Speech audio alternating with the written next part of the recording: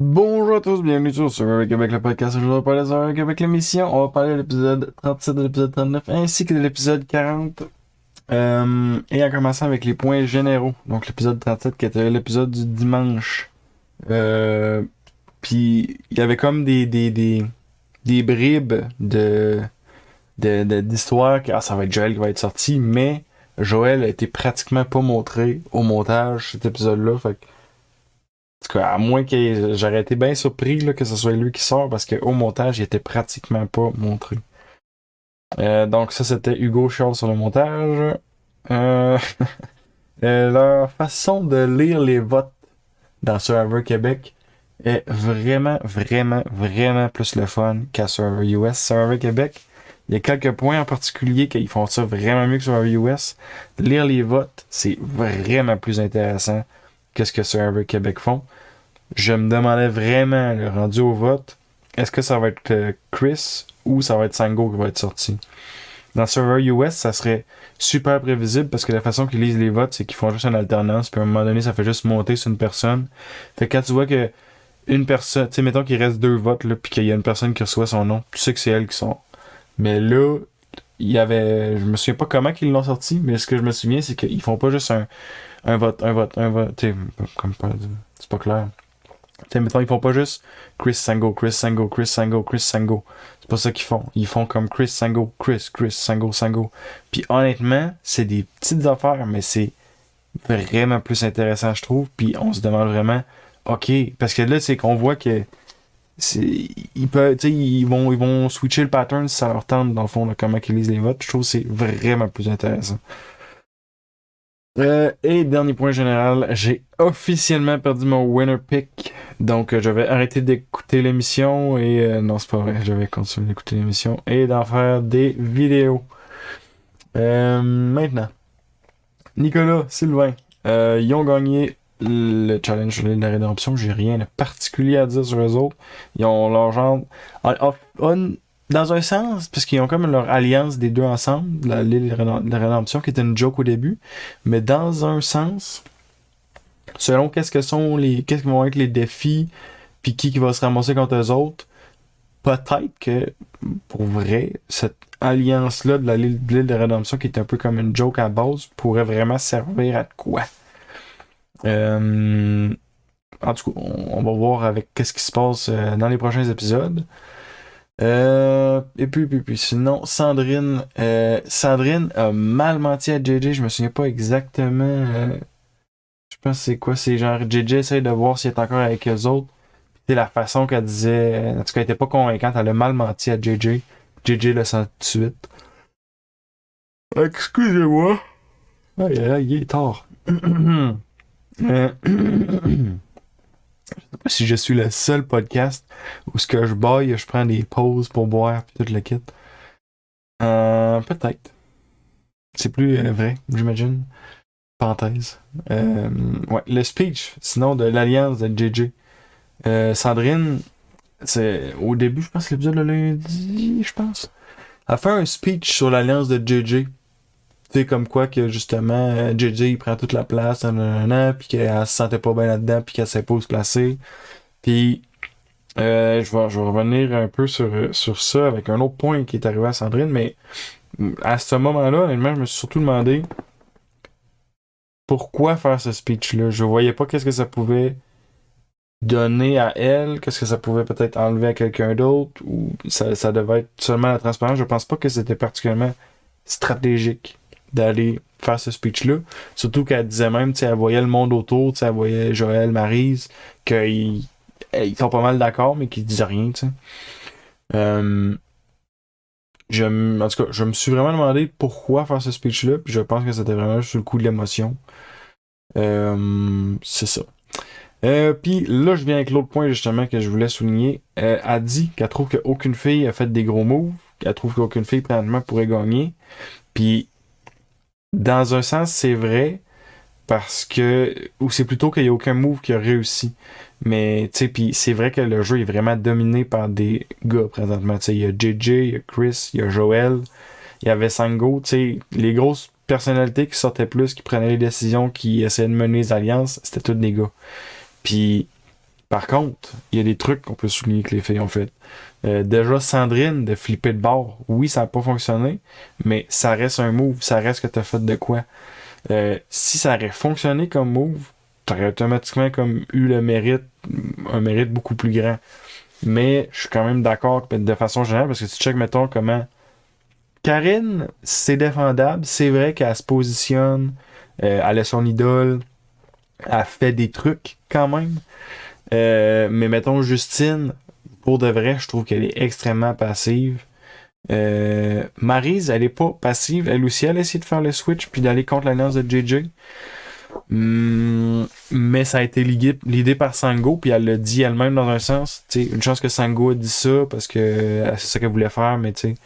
Fait que pour vrai, dans un sens, je trouve que la joueuse, c'est pas ma joueuse préférée, Sandrine, mais je trouve que euh, dans un sens, c'est elle, on en parlait depuis longtemps avec Marika, on en parlait de flipper aussi. Je trouve que c'est la joueuse qui fait le plus de moves. C'est juste que les moves vont pas bien marcher jusqu'à date, mais je trouve que. En tout cas, c'est pas ma. C'est que c'est pas ma préférée, mais je trouve qu'elle fait quand même des trucs. Si ça marcherait, ça serait pas mal plus cool. Puis, c'est ça. Je sais pas pourquoi je dis autant que c'est pas ma préférée, mais c'est pas ma préférée. J'ai rien de particulier contre elle, c'est juste. C'est pas ma préférée. Alright. Sur cette parenthèse bien boiteuse, on parlait de Jean Junior. J'ai regroupé les gens de la grosse alliance. Donc, Jean Junior, Christophe, Kimberly. Je sais pas pourquoi j'ai mis Justine là-dedans, je sais pas, mais j'ai mis Karine. Ouais, non, Justine. En tout cas, Justine, en tout cas, était au bas de cette alliance-là. Là. Jean Junior. Il est capable de lire le mensonge de Sandrine. Donc, puis honnêtement, ça va un peu avec son caractère de joueur social. Tu sais, c'est un joueur qui est très habile avec les gens, j'ai l'impression. Puis il est capable de lire assez facilement que Sandrine est en train d'essayer de le remplir en disant ouais, non, je suis avec vous autres, non, non, puis je sais plus ce qu'elle dit, mais en tout cas, ça passe pas bien. Au challenge d'immunité, grosse performance. Il y a trois joueurs, je pense que je vais souligner leur grosse performance au challenge d'immunité. Puis entre autres, Jean Junior, pour vrai, tu sais, je veux dire, tu restes là tellement longtemps que tu tombes en hypothermie. Parenthèse en même temps sur ce challenge d'immunité-là. D'après moi, la production, elle va peut-être l'enlever, ce challenge-là, dans les prochaines saisons, s'il y en a d'autres. Ou sinon, ils vont peut-être pogner une journée plus chaude parce qu'il y avait clairement un problème pour que deux personnes tombent en hypothermie. Là. C'est cela. Sinon, euh, il dit qu'il n'y a aucune stratégie à laisser sa place pour Justine au reward de dimanche. Je sais pas si. Non, c'était pas dimanche, en tout cas. Tu sais, le reward qu'il y avait de la bouffe, là, puis qu'il a laissé sa place à Justine. Il dit qu'il n'y a aucune stratégie, mais évidemment qu'il y avait de la stratégie. Il voulait rester au camp pour surveiller Joël, puis la recherche d'immunité. Fait que personne n'a acheté ça. Tu sais, il aurait pu le dire qu'il y avait un petit quelque chose. Mais, tu sais, tout le temps une histoire de. Tout le monde le sait, mais est-ce qu'il faut vraiment le dire, là? C'est un peu ça, là. Sinon, ça, j'ai aimé ça par contre. La stratégie de faker d'avoir trouvé l'immunité, c'est une super bonne stratégie. Puis, un truc que je trouve dommage, c'est que ça a été présenté comme si tout le mérite va à lui, mais Karine, je veux dire, est à elle l'immunité. Puis, en tout cas, j'aurais aimé ça. Peut-être qu'il donne plus de mérite à Karine pour ce move-là, justement. Là. Puis sinon, c'est ça. C'est un super de bon move, super de bonne idée. Mais il a acté. C'est tellement pourri comment il a. Tu sais, trouver l'immunité, puis c'est comme yeah! Ouais! Ouais! Personne ferait ça. Voyons donc. Tu sais, versus si on compare, mettons, Russell Hens. Là, je sais que je recule de. Je saute du coq à l'âne. Russell Hens, saison 20. Il est vraiment dans dans une mauvaise situation. Il fait semblant de trouver une immunité, puis il dit pas un mot sérieux, il fait juste le mettre dans sa poche, zoup, puis il dit rien. Puis, savez-vous quoi? Ça a marché. Jean Junior aurait probablement dû opter pour une solution plus semblable à ça. Oui, c'est un collier puis tout, mais au pire, tu sais, il laisse juste comme un petit bout du collier sortir ou quelque chose de même, mais la façon qu'il agit, t'as genre Joël qui est comme là, non, il joue à la comédie, on dit que c'est pas vrai. Tu sais, pour vrai, il y a peut-être 50% des chances que le monde achète ça. Qu'est-ce qu'il a fait? Jean Junior, mais non, c'est ça. C'était pas très bien exécuté, on va dire. Sinon, Karine. Ben, je l'ai dit un peu, mais c'est ça. La fake idol, d'après moi, elle faisait partie du plan. Puis j'ai trouvé qu'ils ont donné beaucoup de mérite à JJ. Mais ça reste son idole. Fait que, en tout cas, ça me tannait un peu, ça. Puis c'est pas mal le seul point. Mais tu sais, je veux dire, il y a des points qui viennent un peu généraux avec l'Alliance. Là, tu sais, sur les votes, ils ont décidé de sortir Sango, qui avait brisé l'Alliance. Ça a sauvé Joël dans un sens, parce que Joël, il était le prochain sur le bloc sinon. Sinon, Christophe, j'ai rien de particulier, mais il y a dans l'Alliance. Kimberly, dimanche. Je crois que c'est la première fois que je voyais Kimberly faire de la stratégie. Ok, là, j'exagère clairement, là, mais on la voit pas souvent faire de la stratégie, on la voit pas souvent en général même faire des trucs. Euh, Kimberly, on l'a vu faire de la stratégie avec Sango, je me souviens pas exactement c'est quoi. Parce que j'ai écouté comme il y a 2 jours, je pense, l'épisode dimanche. Euh, Je me souviens pas exactement c'est quoi qu'elle faisait, mais j'ai fait, ok, elle a fait de la stratégie, puis il me semble que ça avait de l'allure que c'est qu'elle faisait comme stratégie.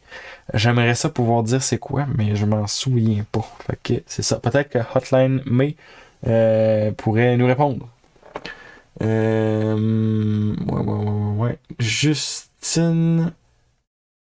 Euh, Justine, le monde a dit que le monde lui font confiance, que tout le monde y rapporte de l'info. Euh, Puis là, dans le fond, fait que là, au début, elle a comme ramené l'info à JJ. Puis là, après ça, elle pogne l'info encore, puis elle la ramène de l'autre bord, du côté de Sango. Puis Joël le dit lui-même, puis c'est exactement ce que moi j'allais dire qu'elle allait se passer. Joël explique que Justine a flip-flop des deux côtés. Puis que comment savoir dans quelle alliance elle est vraiment, avec qui elle est vraiment. Justine, pour vrai, c'est pas un très bon gameplay, on va dire. C'est un gameplay que si elle se rend à la fin, elle va avoir du stock à raconter. Puis ça va être intéressant, puis elle va avoir une belle histoire, mais ça va être top se rendre à la fin. Puis c'est un gameplay que à plus plopper de même, ça va être dur de te faire.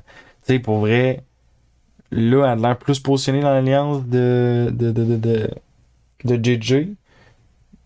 Puis, en tout cas, est-ce que, tu sais, parce que c'est vrai aussi qu'elle est allée donner de l'info à Sango pis tout ça.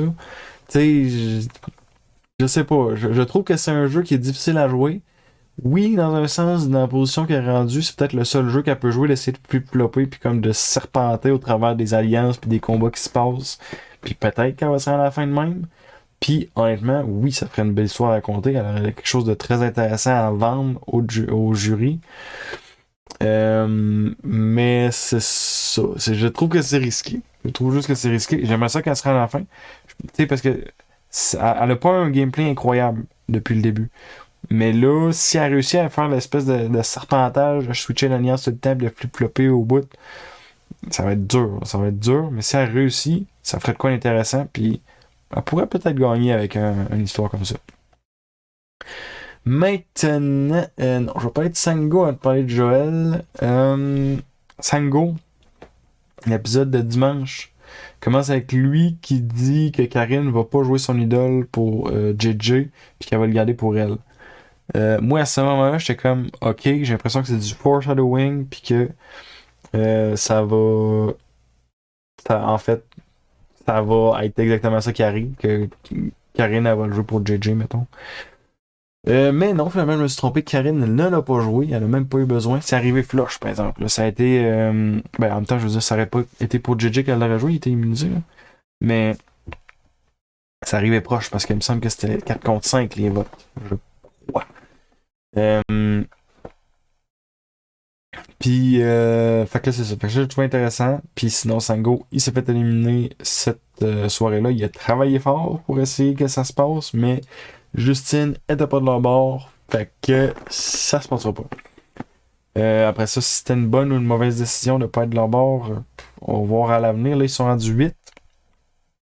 Dans les 8, donc, il y a l'alliance de 4, de Kim, voyons, Kim, JJ, Chris, Karine. Ceux-là sont assez forts ensemble, ces quatre-là. Donc la seule façon d'aller juste égaliser, ça va être si toutes les autres se mettent ensemble, qui va à la bonne place, qui a pas l'idole qui est joué. Ça va être difficile. Ça va être très très difficile. Puis ça, c'est si elle flippe. Justine, est-ce qu'elle va flipper?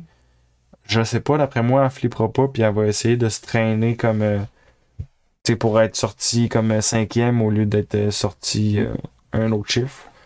Moi, dans ma tête, du point de vue de moi qui était spectateur, là, c'est sûr que je suis très biaisé. Le meilleur move, ça serait de flipper de bord parce qu'elle aurait plus de chance, tant qu'à moi, de se rendre quelque part de même. Parce que les quatre sont trop forts. En même temps, j'ai la vision de la personne qui écoute la télé. Fait que de l'intérieur, peut-être que ça file différent.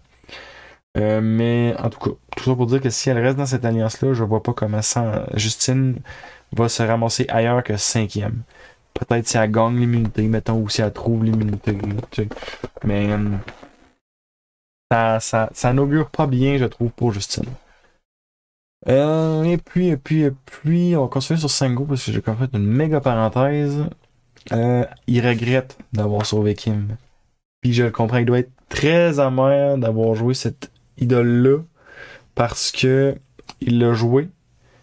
Puis dès le lendemain ou dès le vote suivant, il flippait déjà sur cette alliance-là. Fait qu'il a gaspillé doublement cette idole-là parce que déjà, il aurait pas eu besoin de la jouer parce que Kim, elle s'en serait sauvée. Et puis deux, en tout cas, me semble. Ben, me semble que oui. Et puis deux, ben, il a flippé sur l'alliance. Fait que ça, il doit être très amer de ça. Il serait en jeu, ça aurait été Chris. En fait, peut-être pas parce que c'est sûr que. Parce que lui, c'est sûr qu'il serait en jeu. C'est sûr qu'il serait en jeu. Mais peut-être que ce serait pas Chris qui aurait été sorti par contre. Euh, et puis, sinon. Ouais. C'est officiellement le premier membre du jury. Je sais pas si je l'ai déjà expliqué, là, je pense pas, fait que je vais l'expliquer. Mieux vaut tard que jamais, comme dépasser le milieu de la saison, on va expliquer c'est quoi le jury, pourquoi pas. Donc, pour ceux qui sont nouveaux à Survivor Québec, qu'est-ce que c'est le jury? Si vous écoutez Big Brother, c'est très semblable à Big Brother. Le jury est composé à partir d'un certain moment des joueurs qui sont éliminés. Donc là, dans cette saison-ci, ça a l'air que c'est à partir du merge. Donc à partir du merge, les joueurs qui sont éliminés vont sur le jury. Là, c'est à travers du Redemption Island en même temps, là, fait que ça rajoute comme une couche. Là, mais en tout cas, les joueurs qui sont éliminés, point.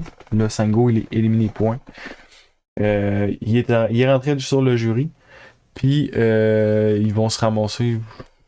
Ça va être une dizaine, en tout cas, je pense. Non, pas une dizaine, en tout cas. Ils vont 7, 8, 9, là, quelque chose de même, là, sur le jury. Comment ça se passe, c'est que à chaque tribal, le jury va voir comment le tribal se passe. Donc, le jury est présent au tribal.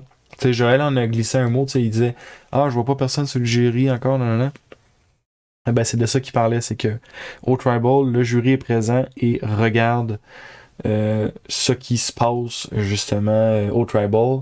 Puis au final tribal, les gens vont pouvoir adresser la parole au jury et le jury va pouvoir adresser la parole aux gens. Comment ça se passe? Je sais pas comment eux vont le faire dans Survivor Québec. Il y a déjà eu, il y a longtemps, c'était une formule de questions, donc tout le monde posait une question, puis les gens pouvaient, les finalistes pouvaient répondre à la question. Maintenant, c'est plus une formule de questions ouvertes. Tu sais, c'est genre, OK, on va parler de Outwit, Outplay, Outlast, donc on va dire social, stratégie, physique. Pas tout à fait ça, là, c'est pas tout à fait ça comme traduction. Là. Ouais, c'est ça. Donc, c'est maintenant, dans les Survivors récents, c'est plus une genre de formule de OK, faites un speech, puis si vous avez des questions, posez-leur des questions sur des trucs, mais c'est pas une espèce de formule de OK, tout le monde pose une question.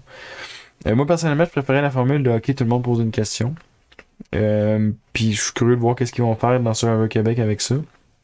Mais je suis vraiment en train de m'égarer. Fait que je vais revenir sur Sango.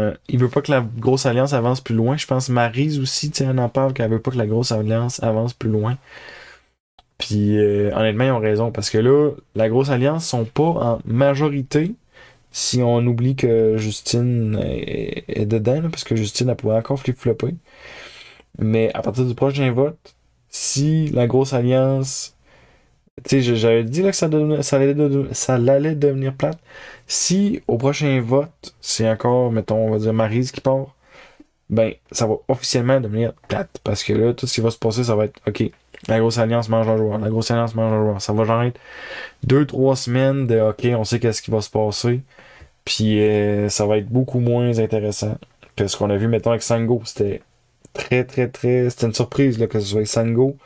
Ben, je veux dire, on a vu comment ça s'est passé, mais justement, ça n'a pas été, tu sais, prévisible en fou, là, que. À partir du moment, dans le fond, que Nico est parti, c'était pas prévisible en fou que ça allait être Sango, là. Mais je vous annonce que si ça se ramasse avec, mettons, les 4 de la grosse alliance, puis il en reste 3 des autres, ben, ça va être prévisible que ça va être Justine, Joël, Maryse, qui que j'oublie? J'oublie quelqu'un. En tout cas, la personne que j'oublie, Sandrine, c'est ça. Ça va être cette gang-là qui vont se faire sortir un après l'autre. Puis ça va être plate. Ben, plate, je veux dire. Ça va être écoutable, là, mais mettons que ça sera pas aussi palpitant que s'il y a des vrais combats qui se passent. Puis, allez, c'est mon opinion. Ok. Ça fait vraiment le tour. Donc, merci beaucoup d'écouter les vidéos. Si vous aimez, vous pouvez partager, commenter, tout ça. Vous savez comment ça marche. Faites-le pas. Sinon, ça me dérange pas non plus. Écoutez les vidéos, c'est bien en masse. Thank you. C'est voilà ça. Donc, merci beaucoup et on se revoit pour la prochaine vidéo. Bye bye.